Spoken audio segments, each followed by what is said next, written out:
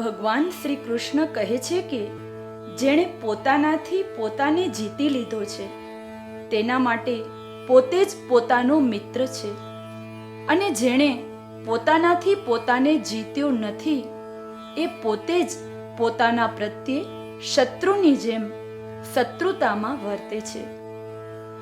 ભગવાનની કહેલી આ વાત જો ખરેખર સમજાઈ જાય અને આપણા વાણી, વર્તન, વ્યવહારમાં તે વણાઈ જાય તો આત્મસંયમ યોગ નામનો 6થો અધ્યાય આપણા રોમે રોમમાં પ્રકાશિત થઈ જાય. અમુક સાધકો એવું કહે છે કે અમારું મન પરમાત્મામાં લાગતું નથી, અમારી બુદ્ધિ પરમાત્માની પ્રાપ્તિ જ કરવી છે એવો દ્રઢ નિશ્ચય કરી શકતી નથી, તથા અમારું ચિત્ત પરમાત્માનું નહીં પણ સંસારનું ચિંતન કરે છે. અમે સાધક છીએ છતાં અમારા મન, બુદ્ધિ, ચિત્તના ઠેકાણા નથી. ખરી રીતે જોઈએ તો આવી ફરિયાદ લગભગ બધા સાધકોની હોય છે.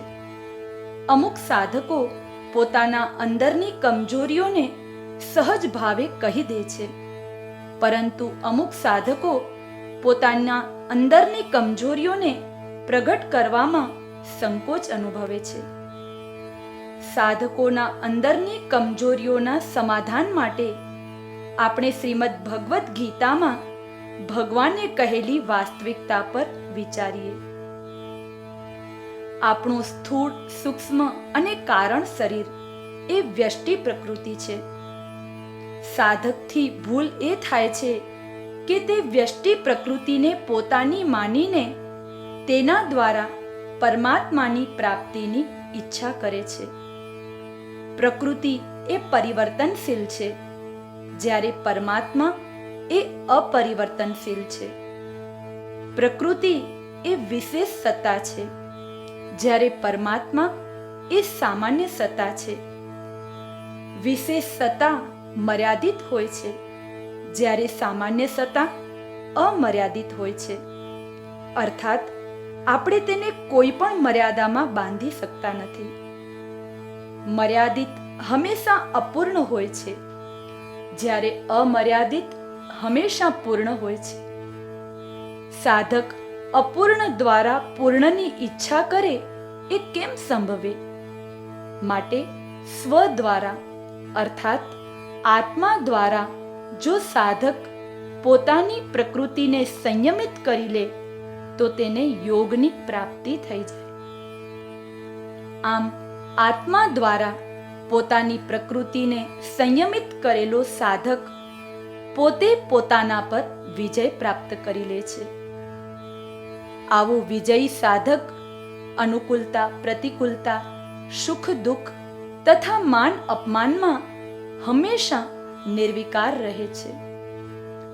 અનુકૂળતા પ્રાપ્ત થતાં હર્ષિત થવું અને પ્રતિકૂળતા પ્રાપ્ત થતાં શોકગ્રસ્ત થવું આ બંને વિકારો જ છે. કેમ કે હર્ષિત થવાવાળો એક દિવસ શોકગ્રસ્ત પણ બને છે. આ સિદ્ધાંત છે. જે સાધક અનુકૂળતામાં ઢળ્યા વગર પોતાના કર્તવ્યનું પાલન કરે છે તે હર્ષરૂપી વિકારથી મુક્ત હોય છે. આવા હર્ષરૂપી વિકારથી મુક્ત થયેલો સાધક ક્યારે પણ શોકગ્રસ્ત થતો નથી. આમ આત્મા દ્વારા કરેલા નિશ્ચયવાળો સાધક હર્ષ શોકરૂપી વિકારોથી રહિત થઈને નિર્વિકાર પદને પ્રાપ્ત કરે છે. આવા સાધકને નિત્ય પ્રાપ્ત પરમાત્માની અનુભૂતિ સહજતાથી થાય છે. પરમાત્મા નિર્વિકાર છે અને આવો સ્વનિશ્ચયી સાધક પોતાના કર્મો દ્વારા વિકારોથી મુક્ત થઈ નિર્વિકાર બને છે. ત્યારે પરમાત્મા અને સાધક વચ્ચે સમતાનો યોગ થાય છે. ભગવાન શ્રી કૃષ્ણ આ પ્રકરણમાં યુક્ત યોગીની વાત કરે છે, મુક્ત યોગીની નહીં. યુક્ત અર્થાત પરમાત્મા સાથે જોડાયેલો અને મુક્ત અર્થાત સંસારથી મુક્ત. યુક્ત યોગીની જગત તરફ નજર જતાં તેને સમતા સ્વરૂપ પરમાત્માના દર્શન થાય છે.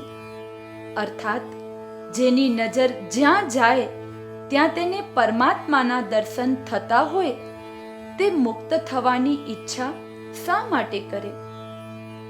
યુક્ત યોગી અનિત્ય કર્મો અને કર્મ ફળોથી તૃપ્ત થયેલો હોય છે, કેમ કે તે નિત્ય વિદ્યમાન પરમાત્માથી યુક્ત થયેલો હોય છે. જેમ કૂટ એટલે કે એક લોખંડના પિંડ પર લોખંડ, સોનું, ચાંદી વગેરેને હથોડા મારીને અલગ અલગ રૂપોમાં ઘડવામાં આવે છે, પરંતુ તે કૂટ એટલે કે લોખંડનો પિંડ એક રૂપ જ રહે છે.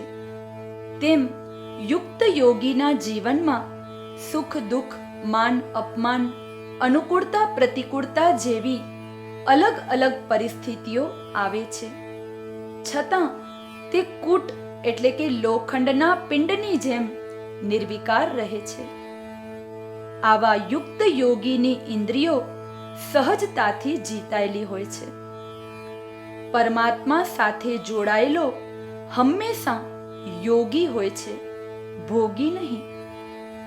ભોગી વ્યક્તિની ઇન્દ્રિયો તેના વિષયોમાં રમણ કરતી હોય છે, પરંતુ યુક્ત યોગીની ઇન્દ્રિયો સ્વ દ્વારા એટલે કે આત્મા દ્વારા સંચાલિત થતી હોય છે. આવા યુક્ત યોગીને માટી, પથ્થર અને સુવર્ણમાં સમબુદ્ધિ હોય છે. તે માટી અને પથ્થરને તેના સ્થાને રાખે છે અને સુવર્ણને તિજોરીમાં રાખે છે, પરંતુ માટી, પથ્થર અને સુવર્ણ પ્રત્યે તેની સમબુદ્ધિ હોય છે. તેના માટે એક દ્રષ્ટાંત સાંભળીએ, જે સત્ય ઘટના છે. એક ગામમાં એક જ્ઞાની દંપતી રહેતા હતા. પતિ પત્નીએ ઘણા વર્ષો સુધી શાસ્ત્રાભ્યાસ કર્યો હતો, તેમજ યોગ સાધના પણ કરી હતી. એક વખત આ જ્ઞાની દંપતી જંગલના રસ્તે જઈ રહ્યા હતા. આગળ પતિ અને પાછળ પત્ની ચાલી રહી હતી. ચાલતા ચાલતા પતિની નજર ધરતી પર પડેલા એક સાચા હીરા પર પડી. પત્નીની નજર પણ તેના પર પડી હતી. પતિને મનમાં થયું કે જો મારી પત્નીને પરાયું ધન ઉપાડવાની ઈચ્છા થશે તો તેનો વૈરાગ્ય ઓછો થઈ જશે. આમ વિચારીને તેણે પત્ની ન જુએ તેમ હીરા પર પગથી માટી વાળી દીધી.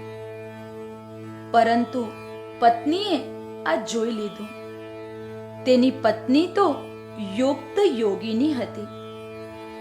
તેણે તરત જ પોતાના પતિને કહ્યું કે, હે સ્વામી, માટી પર માટી શા માટે વાળો છો? અર્થાત પત્નીની માટી, પથ્થર અને સુવર્ણમાં સમબુદ્ધિ હતી, પરંતુ પતિને હજી આવી સમબુદ્ધિ પ્રાપ્ત થઈ નહોતી. માટે તેણે આ હીરા પર માટી વાળી દીધી. આ સત્ય ઘટનાથી એટલું જ સમજવાનું છે કે યુક્ત યોગી સમબુદ્ધિ યુક્ત હોય છે. ભગવાન કહે છે કે ભોગ બુદ્ધિથી સંગ્રહ ન કરવા વાળો, ઈચ્છા રહિત અને અંતઃકરણ તથા શરીરને વશમાં રાખવા વાળો યોગી એકલો એકાંતમાં સ્થિત થઈને મનને નિરંતર પરમાત્મામાં લગાડે. ભગવાન શ્રી કૃષ્ણએ યુદ્ધ મેદાનની વચ્ચે અર્જુનને તેના કર્તવ્ય કર્મનો બોધ કરાવવા માટે શ્રીમદ ભગવદ્ ગીતાને પ્રગટ કરી. હવે ભગવાન અર્જુનને એકાંતમાં સ્થિત થઈને મનને નિરંતર પરમાત્મામાં લગાડવાની વાત કરે છે. પરંતુ આ બંને વાત વચ્ચેની વાસ્તવિકતા સમજવી જરૂરી છે. ભગવાન અર્જુનને યોગી બનાવવા ઈચ્છે છે. અર્થાત અર્જુનને ક્ષત્રિય ધર્મ અનુસાર જે યુદ્ધ સહજ પ્રાપ્ત થયું છે તેમાં ભોગ બુદ્ધિથી સંગ્રહ ન કરવો. એટલે કે યુદ્ધને જીતીને હું દુર્યોધન પાસેથી રાજ્ય હડપી લઈશ અને સુખેથી ભોગ ભોગવીશ, આવી ભોગ બુદ્ધિનો ત્યાગ કરીને ઈચ્છા રહિત થઈને, એટલે કે પ્રાપ્ત પરિસ્થિતિમાં અનુકૂળતા તથા પ્રતિકૂળતાની ઈચ્છાનો ત્યાગ કરીને પોતાના કર્તવ્ય કર્મરૂપી ધર્મનું પાલન કરવું તથા પોતાના મન અને શરીરને ભોગોમાં આસક્ત ન થવા દેવા. ભગવાન આવો નિશ્ચય કરવાની વાત કરે છે. આમ ગીતાના સિદ્ધાંતના આધારે પોતાના કર્તવ્યનું પાલન કરવા વાળો એકલો જ હોય છે. જેમ ઘેટા બકરાના ટોળા હોય છે, પરંતુ વનનો રાજા સિંહ એકલો જ વિચરે છે, તેમ પરમાત્માના માર્ગે ચાલવા વાળો પરમાત્મામાં અને પરમાત્માના બનાવેલા સિદ્ધાંતમાં, અર્થાત જેમ વ્યક્તિ અને વ્યક્તિનો સ્વભાવ બંને અલગ નથી પણ એક જ છે, તેમ પરમાત્મા અને પરમાત્માનો બનાવેલો સિદ્ધાંત આ બંને એક હોતા આવો યોગી એકમાં જ બધાનો અંત કરી દે છે. એ જ એકાંત છે. આમ એકમાં જ બધાનો અંત કરવા વાળો કર્મયોગી પોતાના કર્તવ્યનું નિરંતર પાલન કરવા છતાં પરમાત્મામાં જ સ્થિત હોય છે. ધ્યાનપૂર્વક પ્રાપ્ત કર્તવ્ય કર્મને ધર્મ સમજીને તેનું સાંગોપાંગ રીતે પાલન કરવાથી પરમાત્માનું ધ્યાન સહજ લાગી જાય છે.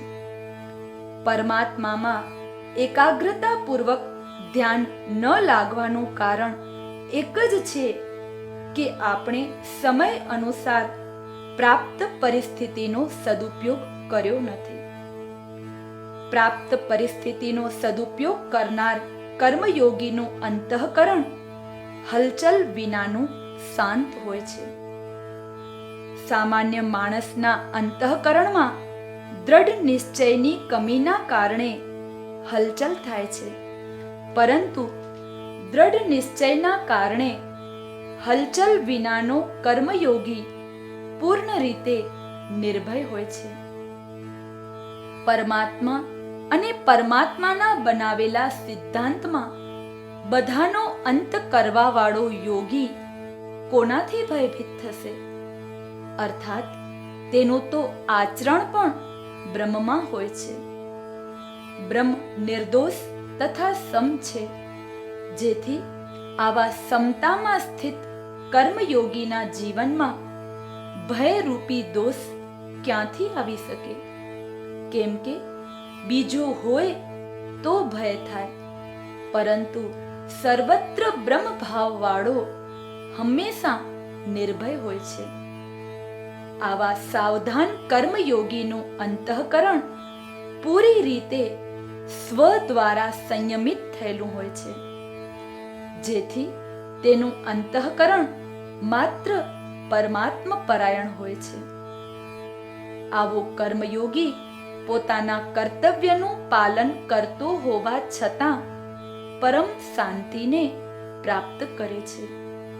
કેમ કે કર્મ અશાંત કરતું નથી, પરંતુ કર્મની આસક્તિ અશાંત કરે છે.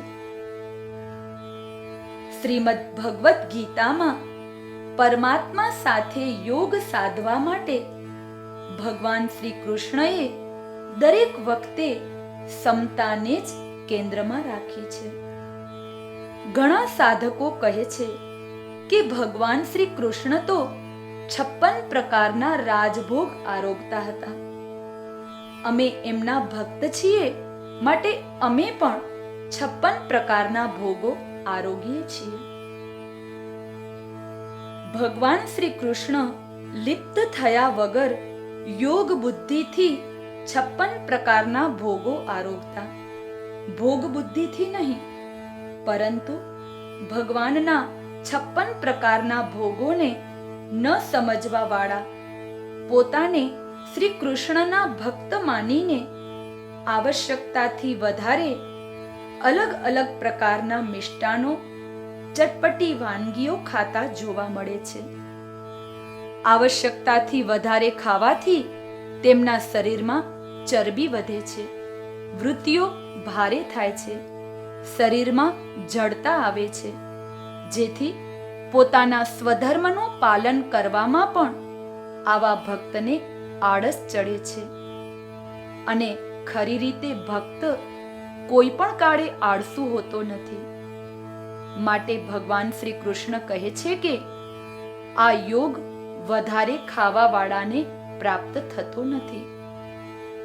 ઘણા સાધકો પરમાત્માની પ્રાપ્તિ માટે ઉપવાસ કરે છે. ક્યારેક તો હઠના કારણે બિલકુલ ખાવાનું પણ છોડી દે છે. આ હઠી સાધકોને ખબર નથી કે શરીર એક સાધન છે. આ શરીર વિનાશી છે, જ્યારે પરમાત્મા એ અવિનાશી છે. વિનાશી શરીર અન્નથી બને છે, માટે તેને શાસ્ત્રોમાં અન્નમય કોષ કહેવાય છે. જો શરીરને અન્ન નહીં આપીએ તો એ શરીરમાં રહેલા અવિનાશી શરીરને જ કષ્ટ આપશે, જેથી સાધના પણ સારી રીતે થઈ નહીં શકે. આ શરીરની અંદર આત્મા રૂપે અવિનાશી પરમાત્મા જ વાસ કરે છે.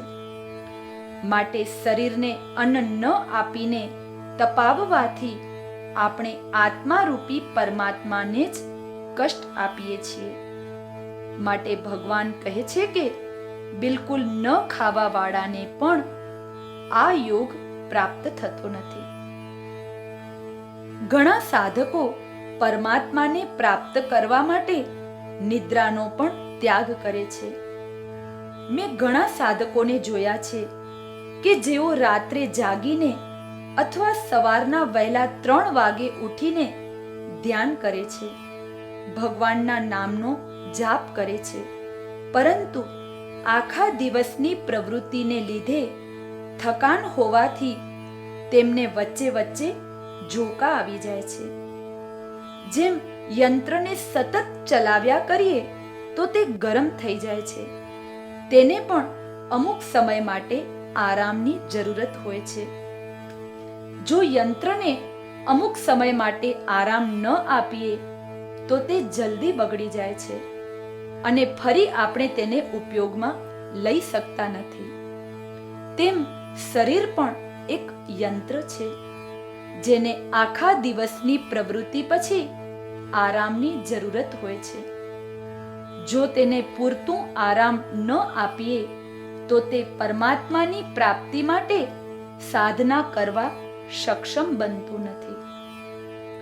હા, પરમાત્માના પ્યારમાં મશગુલ ભક્તની નિદ્રા સહજતાથી છૂટી જાય છે, આ વાત અલગ છે. છોડવું અને છૂટી જવું એ બંનેમાં ફરક છે. છોડવામાં અહમ હાજર હોય છે, જ્યારે છૂટી જવામાં અહમ ઓગળી જાય છે. થકાન અહમમાં જ હોય છે. જ્યાં અહમ ઓગળી ગયું ત્યાં થકાન રહેતી જ નથી. આમ અહમ હાજર હોવાથી નિદ્રાને ત્યાગવા વાળા સાધકો માટે ભગવાન કહે છે કે બિલકુલ ન સૂવા વાળાને પણ આ યોગ પ્રાપ્ત થતો નથી. તેમજ ઘણા લોકો એવું કહેતા સંભળાયા છે કે પહેલું પેટ પછી શેઠ, અર્થાત હમણાં મોજથી બધી વાનગીઓ પેટ ભરીને ખાઈએ, પછી નિરાંતે શેઠ એટલે કે ભગવાનને યાદ કરીશું. આવા જીવો પેટ પૂજામાં જ રહી જાય છે. તેમને શેઠ પૂજા યાદ આવતી પણ નથી. તેનું એક જ કારણ છે કે પેટ પૂજા કરવાના બહાને તેઓ પેટને ઠાંસી ઠાંસીને ભરે છે. ખાવા પીવામાં બિલકુલ સંયમ રાખતા નથી, જેથી તેમને વધારે ઊંઘ આવે છે. આવશ્યકતાથી વધારે ઊંઘ લેવાના કારણે તેમની વૃત્તિઓ ભારે થાય છે. આવી ભારે વૃત્તિઓમાં શેઠ પૂજા શક્ય જ નથી. ભગવાન કહે છે કે આવશ્યકતાથી વધારે ઊંઘ લેવા વાળાને પણ યોગ પ્રાપ્ત થતો નથી. આ બધું કહેવા પાછળ ભગવાનનો મૂળ ઉદ્દેશ્ય સમતામાં સ્થિત થવાનો જ છે. મારા સદગુરુ કહેતા કે જેના આહાર, વિહાર, વિચાર અને નિદ્રામાં સમતા હોય તેને રમતા રમતા યોગ પ્રાપ્ત થઈ જાય છે. દુઃખોનો નાશ કરવા વાળો યોગ સમતાથી જ સિદ્ધ થાય છે. આમ સમતાપૂર્વક યોગનું સેવન કરવા વાળા યોગીનું જ્યારે નિરુદ્ધ ચિત્ત ઉપરામ થઈ જાય છે ત્યારે એ અવસ્થામાં પોતે પોતાનાથી સ્વયં પોતાને જોતો પોતે પોતાનામાં જ સંતુષ્ટ રહે છે. આમ આવો યોગી શરીરથી, વાણીથી, વિચારોથી, વ્યવહારથી, ચેષ્ટાઓથી સમતાપૂર્વક વર્તન કરતો યોગનું સેવન કરે છે ત્યારે તેનું નિરુદ્ધ ચિત્ત ઉપરામ થઈ જાય છે. યોગનું સેવન કરવાથી ચિત્તમાં સંસારની સૂક્ષ્મ વાસનાઓ રહેલી હોય છે. તેના કારણે ચિત્તમાં અલગ અલગ પ્રકારની સિદ્ધિઓ પ્રગટે છે. સાંસારિક દ્રષ્ટિએ આવી સિદ્ધિઓને મોટું ઐશ્વર્ય માનવામાં આવે છે, પરંતુ પારમાર્થિક દ્રષ્ટિએ તે સિદ્ધિઓ એ મોટું વિઘ્ન છે. કર્મયોગીની દ્રષ્ટિએ સિદ્ધિઓ રૂપી ઐશ્વર્ય એ પરમાત્માની લીલા માત્ર છે.